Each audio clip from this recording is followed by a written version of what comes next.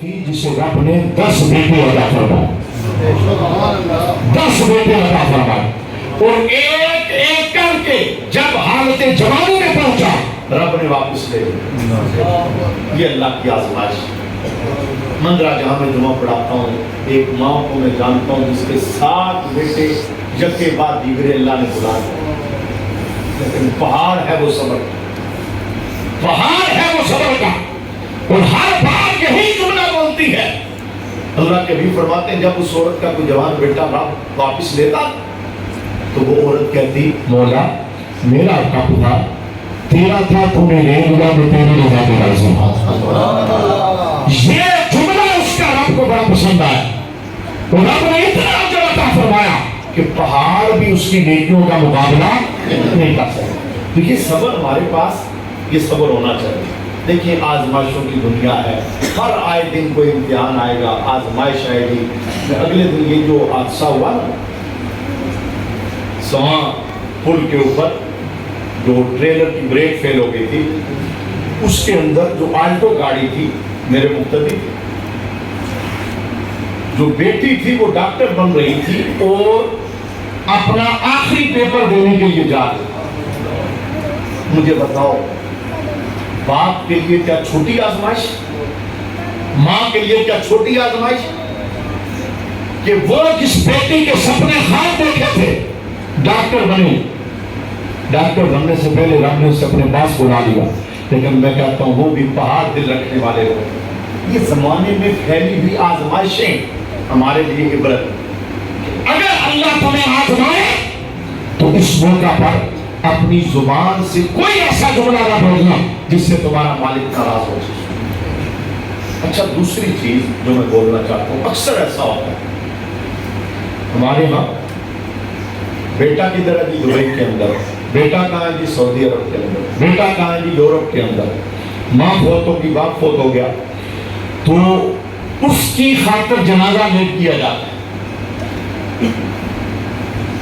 بعض تو ایسا کرتے ہیں کہ جنازہ پڑھنے کے بعد میت کو قبر میں رکھ کر کہتے ہیں ہم امانتی رکھیں۔ پوری 14 صدیوں کی تاریخ میں یہ لفظ کبھی بھی نہیں سنا، کسی کتاب میں ہے ہی نہیں۔ پتہ ہے تعلیم رسول کیا ہے جنازے کے متعلق؟ فرمایا جب تم جنازہ پڑھ لو، اسی لیے حکم شرع ہے دعا لمبی نہ مانگو، جو میت کے ساتھ تعلق رکھنے والی دعا ہے بس وہی مانگو مختصر انداز کے اندر۔ وجہ اس کی کیا ہے؟ فرمایا جب جنازہ پڑھ چکو جلدی جلدی میت کو قبر کے حوالے کرو۔ یا رسول اللہ کیوں؟ فرمایا اگر یہ نیک ہے تو تم اس کی جنت میں رکاوٹ کیوں ڈال رہے ہو؟ اس نے تو گھر سے یہ اٹھی تھی میت تو اس نے جملہ بولا تھا، تم نے نہیں سنا؟ نبی کریم نے سنا تھا۔ سارے میت جب ہمارے کندھوں پہ ہوتی ہے، سورہ قبرستان جاتے ہیں تو وہ ایک جملہ بولتی ہے قدمونی قدمونی، اٹھانے والوں جلدی لے کے چلو جنت میں آپ خدا کی بولیں۔ رب نے اسے جنت کی نعمتیں دینی اور تم نے اسے روکا ہو کیوں؟ فلاں بندہ آ رہا ہے، خلاف شرع کام۔ کبھی بھی نبی کریم کے دور میں ایسا نہیں ہوا۔ دیکھیں شریعت جو ہے نا، شریعت ہماری مرضی کا نام نہیں ہے کہ جو ہم سوچیں۔ ہمارے پاس لوگ فتویٰ لینے آتے ہیں، سوال پوچھنے، پہلے جواب تیار کر کے لاتے ہیں، خود وہ جواب ملے جو ان کے ذہن میں تھا قبول کرتے ہیں، نہیں تو اٹھ کے جاتے ہیں کہتے ہیں میں فلاں سے جا کے پوچھوں۔ مانا کیا کہ ہم شریعت بھی من مانی والی جاتے ہیں، شریعت من مانی نہیں ہے، شریعت آمنہ کی دعوت کے قدمے کو چلنے کا نام ہوتا ہے۔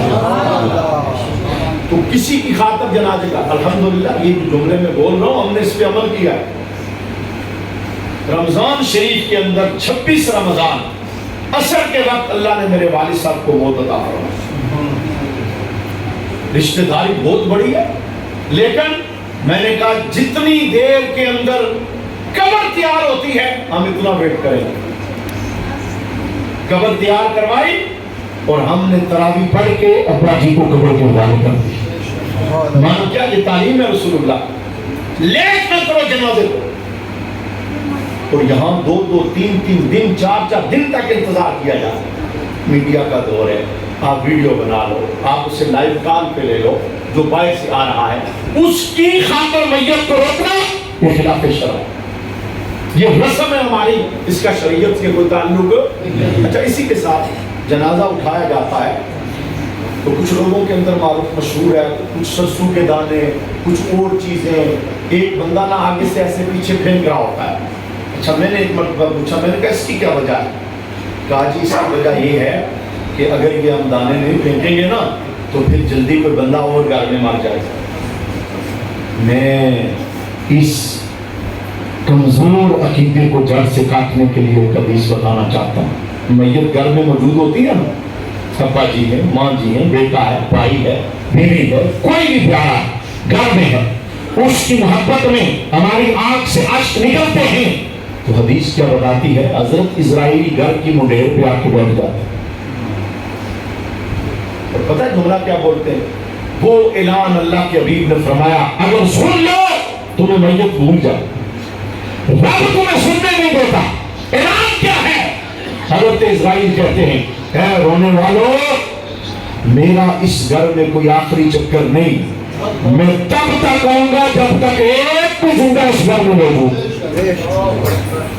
ہمارے سرسوں پھینکنے سے اسرائیل کرنے والے، اس کائنات کو پڑھ کے دیکھیے۔ مائیکل جیکسن نامی گلوکار امریکہ کے اندر، آپ سچ کیجیے اسے، اس نے بڑا دعویٰ کیا تھا، اس نے کہا تھا میں 150 سال تک زندہ رہوں گا، اور اس نے اپنے جسم کے ہر عضو کا متبادل تیار کیا۔ پوری ڈاکٹروں کی ٹیم